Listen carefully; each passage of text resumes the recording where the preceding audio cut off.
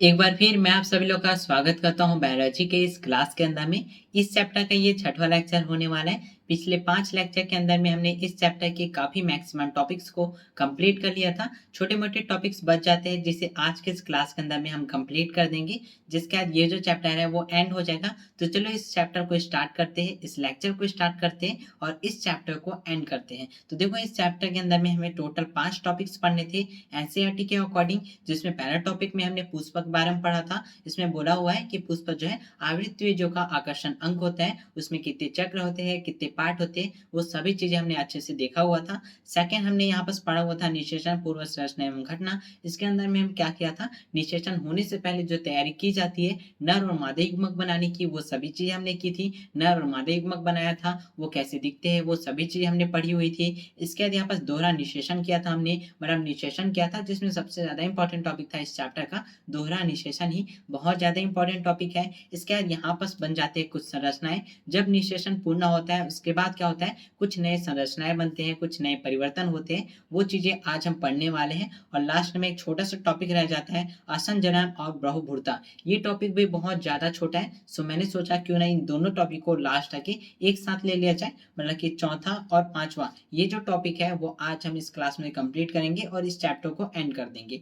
तो सबसे पहले यहाँ पर हम स्टार्ट कर लेते हैं अपना मेन टॉपिक, जो कि है निषेचन पश्च संरचना एवं घटना। देखो अगली मतलब पिछली क्लास के अंदर में मैंने आपको बताया हुआ था कि ये जो चैप्टर है इसमें हम निषेचन करा रहे हैं और एक नया पौधा बना रहे हैं। जब नया पौधा बनता है उससे पहले एक निषेचन होता है, निषेचन के बाद बीज बनता है, फल बनता है, उसके बाद ही एक नया पौधा बनता है। तो हम जैसे निषेचन कराते हैं, निषेचन कराने के बाद जो एक नया पौधा बनाने का मेन संरचना है वो तैयार होता है, जिसे हम लोग भ्रूण कहते हैं। क्या कहते हैं, भ्रूण कहते हैं। यही मेन चीजें होती है और यही जो है एक नया पौधा बनाता है। भ्रूण जो है वो बीज के अंदर में होता है। अब आप खुद सोचिए, एक ऐसी संरचना, एक ऐसा समझो अंग होता है जो एक नया पौधा बना रहा है, तो कहीं ना कहीं उसकी मदद करनी पड़ेगी, उसे पोषण देना पड़ेगा, उसे विकास कराना पड़ेगा, है ना। जैसे कि एक बच्चा होता है, बच्चे को जब हम बड़ा करेंगे, उसे अच्छा शिक्षा देंगे, तभी जाके वो देश का विकास करेगा। ऐसा तो नहीं कि बच्चा हो चुका है तो उसे छोड़ देते हैं, जैसा हो वो मर जाए, कुछ भी हो, ऐसा तो नहीं कर सकते। हमें पता है कि वो देश का भविष्य है, तो हम उसे अच्छी चीजें बताएंगे, उसे पोषण देंगे ताकि वो मजबूत रहे।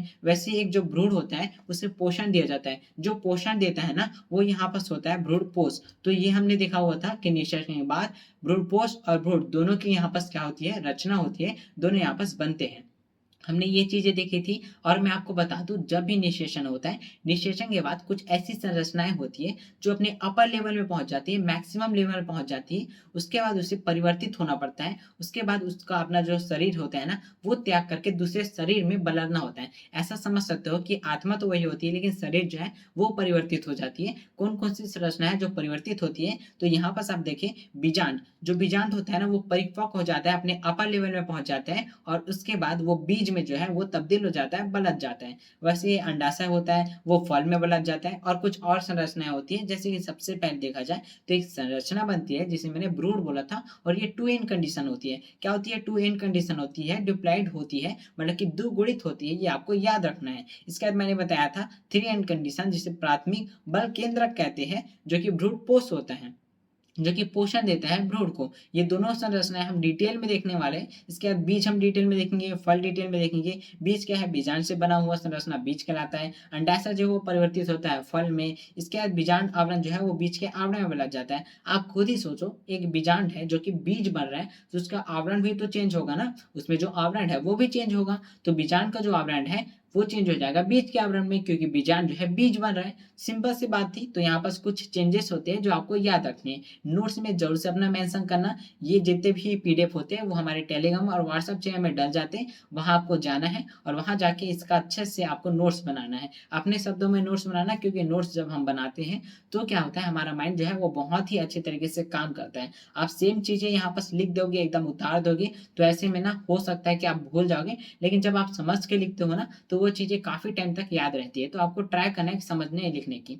समझ नहीं आता तो आप डायरेक्ट लिख सकते हो, बट आपको बार-बार रिवाइज़ करना होगा इस नोट्स को। इसके बाद यहाँ पर देखते हैं ब्रूट फोर्स को। चलो मैं आपको बता दूँ ब्रूट फोर्स कैसा होता है, कैसा यहाँ पास काम करता है। मैं आपको बता दूँ ये जो ब्रूट फोर्स होता है ना, वो भ्रूण को क्या करता है, विकास करने में मदद करता है, एक तरह से उसे पोषण देने में मदद करता है। ये जो भ्रूण होता है ना, उसकी संरचना कैसी होती है? भाई ये ठोस हो सकती है और लिक्विड फॉर्म में भी हो सकती है। देखो मैक्सिमम जितने भी यहाँ पर भ्रूण पोष होते हैं ना, जितने भी चीज़ें में, जैसे मटर हो गया, मूँगफली हो गया, सेब हो गया आदि जितने भी है, सभी में जो भ्रूण पोष होते हैं, वो ठोस अवस्था में होते हैं, ठीक है? व्हाइट-व्हाइट कलर का होता है, ठोस अवस्था में होता है। आपने देखा होगा बीज जो होता है उसमें होता है। अब यहाँ बस मैं आपको बता दूँ, यहाँ बस कुछ ऐसे भी यहाँ पास पौधे हैं या फल है बोल सकते हो, जिसके अंदर में ये जो ब्रूपोस है वो लिक्विड फॉर्म में होता है। और क्वेश्चन पूछा गया है, नीट में 2 से 3 बार ये क्वेश्चन पूछा गया है कि भाई ऐसा कौन-सा यहाँ पास फल है जिसके अंदर में ब्रूपोस जो है लिक्विड फॉर्म में होता है। तो लिक्विड फॉर्म में किसमें होता है? यहाँ पास नारियल के अंदर में होता है। आपने नारियल देखा है? नारियल के अंदर में पानी जो होता है ना, वो ब्रूपोस है। वो जो पानी है ना, वो बीज जो होता है, उसे क्या कहता है? पोषण देता है। अब बीज को पोषण, भाई आपने बोला तो भ्रूण को पोषण देता है। हाँ जी, देखो मैं आपको बता दूँ, ये जो भ्रूण होता है ना, वो बीज के अंदर में होता है। तो इसका मतलब ये है कहीं न कहीं बीज को ही पोषण दे रहा है। हाँ, मतलब भ्रूण को ही पोषण देता है, बट वो बीज के अंदर में है, इसलिए मैंने ऐसा बोला। ठीक है? तो आपको समझ में आ रहा होगा कि भ्रूण क्या होता है, पोषण देने का काम होता है। इसके अंदर में क्या होता है भैया, संरक्षित खाद्य पदार्थ होता है, संरक्षित होता है, बहुत ही अधिक मात्रा में होता है। और इतने अधिक मात्रा में खाद्य पदार्थ कैसे होता है? ऐसा इसलिए क्योंकि भ्रूण पोष जो है, उसमें बार-बार कोशिका का विभाजन होता है, और जब कोशिका का विभाजन होता है, तो क्या होता है, उसमें जो पोषक तत्व है वो बढ़ जाते हैं। इसलिए इसमें बहुत ही ज़्यादा मात्रा में खाद्य पदार्थ जो है वो संग्रहित रहता है, और भ्रूण को विकसित करने के लिए बहुत ही ज़्यादा उपयुक्त होता है। अब यहाँ पास देख लेते हैं भ्रूण क्या होता है, भ्रूण की संरचना कैसे होती है। तो मैं आपको बता दूँ, ये जो भ्रूण होता है वो क्या होता है भैया, बीजाणु द्वारा सिरे पर विकसित होता है। यहाँ पास देखो, जहाँ पर युग्मनज जो है स्थित होता है, अधिकतम जो युग्मनज तथा तब विभाजित होता है जब कुछ निश्चित सीमा तक भ्रूणपोष विकसित हो जाए। यह एक प्रकार का अनुकूलन है ताकि विकासशील भ्रूण को सुनिश्चित पोषण प्राप्त हो सके, यद्यपि बीज में व्यापक विभिन्नता हो सके। इसका मतलब ये है कि जो भ्रूण होता है ना, वो भ्रूणपोष के यहाँ पास नज़दीक होता है ताकि उसे पोषण मिल सके, उसे बहुत ही अधिक मात्रा में पोषण मिल सकते हैं, जैसे उसके पास होता है। इसकी संरचना की बात की जाए तो ये जो भ्रूणपोष होता है ना, ये गोलाकार हो सकता है, हृदयाकार हो सकता है, परिपक्व भ्रूण जो है कुछ इस तरह से दिखता है। आप लोग संरचना देख सकते हो, एनसीईआरटी में दिया हुआ है। मैं आपको बोलूँगा एनसीईआरटी आप ले लीजिए, आपके पास नहीं होगा तो। बाकी आप पीडीएफ यूज़ कर सकते हो, पीडीएफ आपको हमारे टेलीग्राम में मिल जाएगा। एनसीईआरटी के हर एक चैप्टर का आपको वापस मिल जाएगा। वापस मैंने लिंक दिया हुआ है जहाँ से आप डाउनलोड कर सकते हो हर एक चीज़ें। और आपको क्या करना है, जितने भी डायग्राम होते हैं एनसीईआरटी के, वो आपको बारीकी से देखना है। हर एक चीज़ आपको, जितना भी लेबलिंग होता है ना, वो चीज़ आपको एक बार पढ़नी है, ताकि भाई आप अच्छे से समझ सकें। जो भी कॉम्पिटिशन एग्जाम की तैयारी कर रहे हैं उनके लिए बहुत ज़्यादा इंपॉर्टेंट होता है ये सभी चीज़ें। डायग्राम भी बहुत ज़्यादा इंपॉर्टेंट होता है, डायग्राम से भी क्वेश्चन आते हैं, तो आपको ज़रूर से ये चीज़ें कर लेनी है।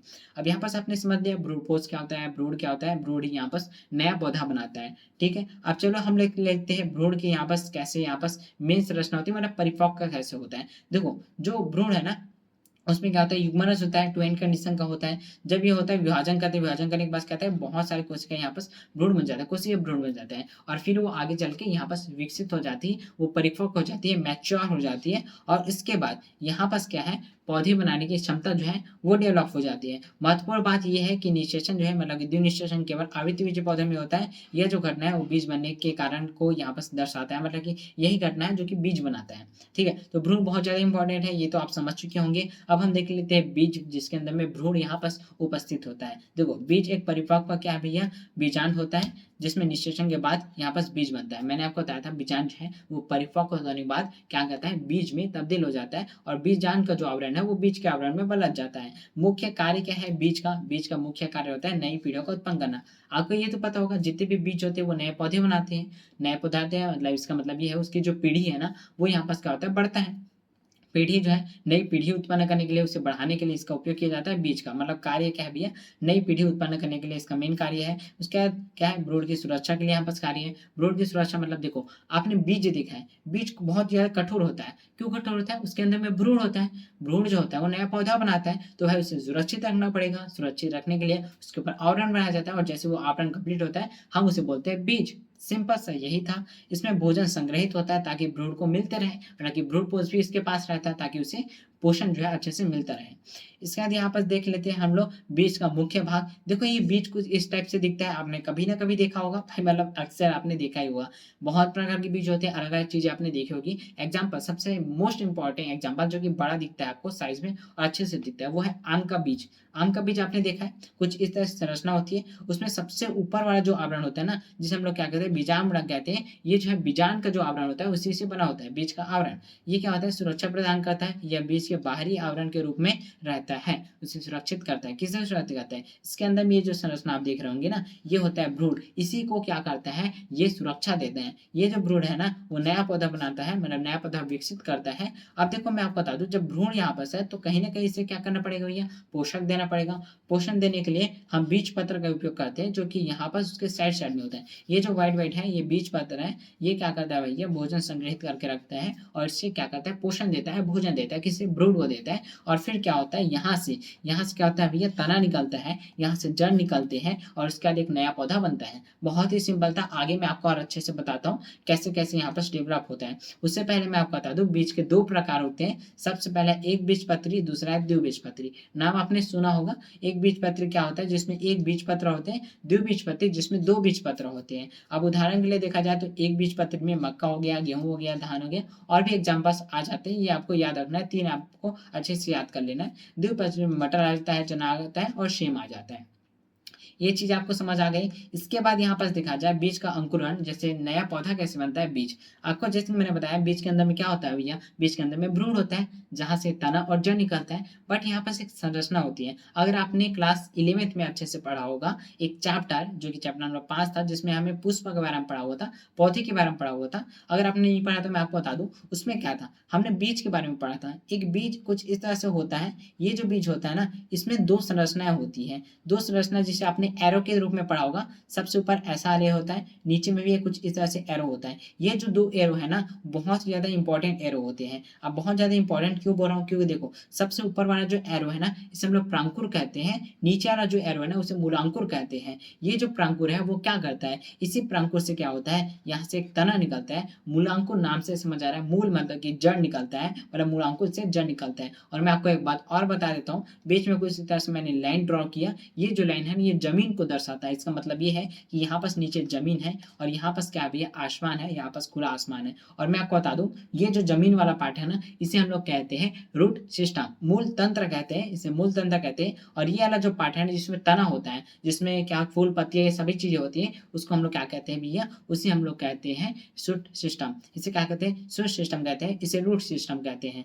ठीक है भैया, प्रहरो कहा जाता है इसे। अब यहाँ पास मैं आपको बता दूं क्या होता था, प्रांकुर से यहाँ पास तना निकलता है, मूलांकुर से जड़ निकलता है। यही चीजें मैं आपको बताने वाला था। अब देखो जैसे ही यहाँ पास बीज जो होता है, उसमें ये जो मूलांकुर है, वहां से क्या है भैया, एक जड़ निकलता है, मूल निकलना स्टार्ट होता है, रूट निकलना स्टार्ट होता है। और फिर क्या होता है, जैसे रूट निकलता है वो जमीन में जाता है और कुछ हिस्सों को पकड़ लेता है ताकि वो सहारा ले सके। जैसे वो सहारा ले लेता है, उसके बाद यहाँ से तना निकलना स्टार्ट होता है। तना कहाँ से निकलता है, यहाँ पास प्रांकुर से तना जो है वो निकलना स्टार्ट होता है। उसके बाद छोटी छोटी पत्तियां भी होती है, फिर वो धीरे धीरे विकास करता है और उसके बाद ये जो बीज होता है ना, वो पूरी तरह से समाप्त हो जाता है। इसका जो भ्रूण है ना, वो पेड़ में बदल जाता है। इसलिए बीज का जो यहाँ पास जो ठोस आवरण था बोलो ना, वो यहाँ से समाप्त हो जाता है और एक नया पौधा बन जाता है। और ये जैसे पौधा बनता है, उसके बाद इसमें भी वही सारी क्रिया स्टार्ट होती है, नर युग्मक मादा युग्मक बनना, और उसके बाद यहाँ पास एक नया पौधा बनना स्टार्ट होता है। तो यहाँ पास हमने देखा बीज का अंकुरण, कैसे बीज जो है एक पेड़ में बदलता है। इसके बाद और भी टॉपिक्स बच जाते हैं, जैसे कि फल। फल क्या होता है भैया, मैंने आपको बताया था।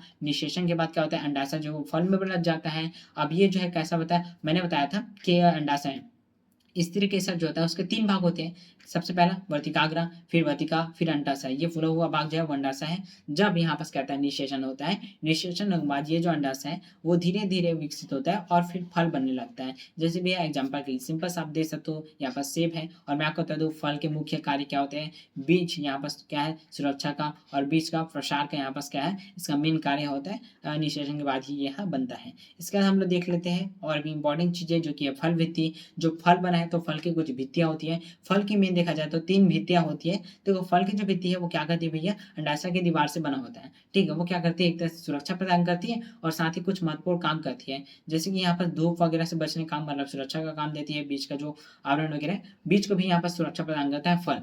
ठीक है, क्योंकि फल के अंदर में बीज होता है, इसलिए यहाँ पर बीज की सुरक्षा करता है। अब देखो, सबसे ऊपर वाला जो आवरण होता है, जैसे आपने सेब देखा, उसका जो रंगीन वाला आवरण है उसे बाह्य फल भित्ति कहते हैं। फिर अंदर में आपने देखा सफेद वाला भाग, वो की मध्य फल भित्ति होती है, और उसके अंदर में भी एक आवरण होता है जिसे हम लोग कहते हैं अंतः फल भित्ति, और इसके अंदर में ही क्या होता है, बीज होता है, जो कि एकदम सेफ होता है, और बीज के अंदर में भ्रूण होता है। भ्रूण क्या करता है, नए पेड़ बनने के लिए यहाँ पर योगदान करता है। तो यहाँ पर हमने देखा फल भित्ति क्या होते हैं, कितने प्रकार के होते हैं, 3 यहाँ पर फल भित्तियां होती है।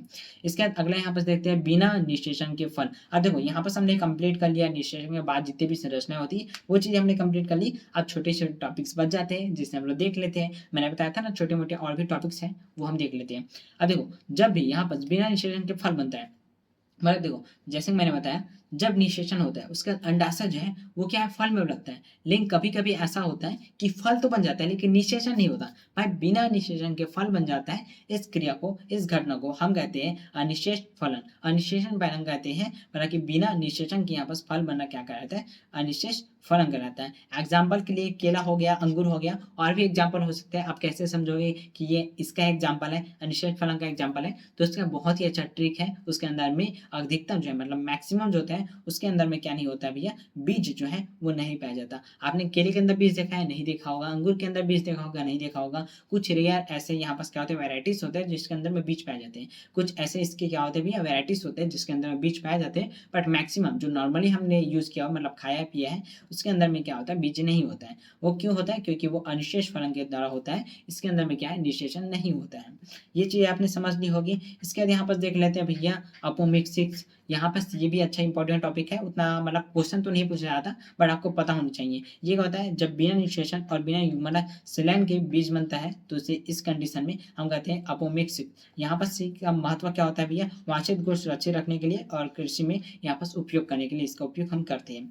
इसके बाद अगला मेन टॉपिक जो कि लास्ट टॉपिक है, जो कि है बहुवुर्ता। ये जो बहुवुर्ता क्या होता है, भी एक बीज जो होता है उसके अंदर बहुत सारे अगर भ्रूण पैदा हो जाते हैं तो यहाँ पर क्या हो जाता है, बहुवुर्ता कहलाता है। वैसे तो मैंने आपको बताया कि एक बीज है उसके अंदर में भ्रूण होता है, वो नया पौधा बनाता है। अगर एक बीज के अंदर में बहुत सारे भ्रूण हो जाते हैं तो उसको हम लोग कहते हैं बहुभ्रूणता। जब एक ही बीज में एक से अधिक यहाँ पर भ्रूण जो है उपस्थित होते हैं, उसे हम लोग कहते हैं। उदाहरण के लिए यहाँ पर देख सकते हो साइट्रिस यहाँ पर है, मतलब कि यहाँ पर देखा जाए जैसे संतरा हो गया, नींबू हो गया। साइट्रिस क्या होता है, खट्टे जो फल वगैरह होते हैं वो यहाँ पर आ जाते हैं एग्जाम्पल के अंदर में।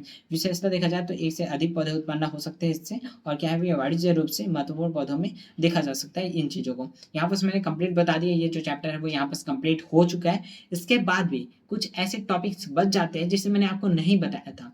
अब देखो, वो टॉपिक जो है ना भाई, पढ़ाने वाले तो नहीं है। मतलब ऐसा देखा जाए, वैसे मैं आपको समझा सकता हूँ, बट अगर मैं आपको समझाऊं तो बहुत ज़्यादा डिटेल में मुझे जाना पड़ेगा। छोटे छोटे टॉपिक्स हैं, वैसे बोर्ड एग्जाम में वो बहुत ही कम आता है, मतलब एमसीक्यू में आ सकता है, ठीक है। ऐसा लंबा क्वेश्चन नहीं आएगा, और उसे समझाने के लिए बहुत टाइम लगेगा, क्योंकि उसमें एकदम डिटेल में जाना पड़ेगा। नहीं है, सो मैं क्या करूंगा, उन सभी को ना, जब हम पीवाईक्यू सॉल्व करेंगे उस टाइम में, जब हम क्वेश्चन की प्रैक्टिस करेंगे उस टाइम में हम क्या करेंगे, उन चीज़ों को ले लेंगे, और जितने भी टॉपिक्स बच जाते हैं वो सभी चीज़ें हम वहीं कंप्लीट कर देंगे बहुत ही अच्छे तरीके से। वैसे तो यहाँ पास पूरा का पूरा चैप्टर कंप्लीट हो चुका है, बस एक दो टॉपिक बच जाते हैं।